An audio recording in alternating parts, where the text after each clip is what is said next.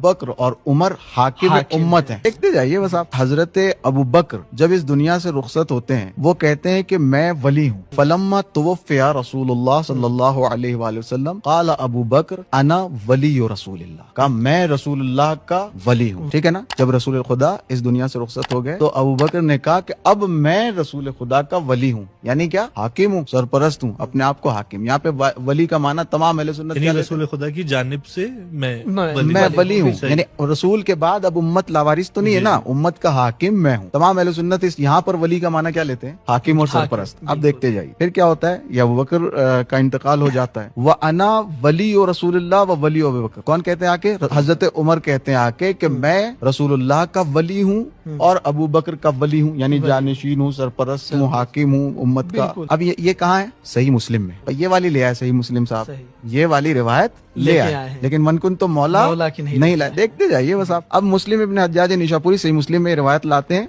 हदीस नंबर 1757। अब सवाल जो यहाँ पे कायम होता है वो ये कि यहाँ पर जब अबू बकर कहते हैं कि मैं वली हूँ रसूल खुदा का, जब उमर कहते हैं कि मैं वली हूँ रसूल खुदा का, तो वहाँ तो आप माना करते हैं कि यानी अबू बकर और उमर हाकिम उम्मत हैं, रसूल के जानशीन हैं, खलीफा हैं। ठीक है, इस वली का माना करते हैं। लेकिन जब खुद रसूल, यहाँ पे रसूल नहीं कह रहे थे, यहाँ पे अबू बकर कह रहे थे कि मैं वली हूँ रसूल का, उमर कह रहे थे मैं वली हूँ रसूल का। लेकिन जब खुद रसूलुल्लाह सल्लल्लाहु अलैहि वसल्लम आके कह रहे हैं कि अली मेरे बाद वली हैं, फइन्नहु वलियुकुम मिन बादी या फइन्नहु वलियु कुल्लि मुमिनिन व मुमिना मिन बादी, मेरे बाद अली वली हैं, तो वहां पर आप उसका माना दोस्त का करते हैं, तावीलात का करते हैं, हदीस ज़ईफ है, तौजीह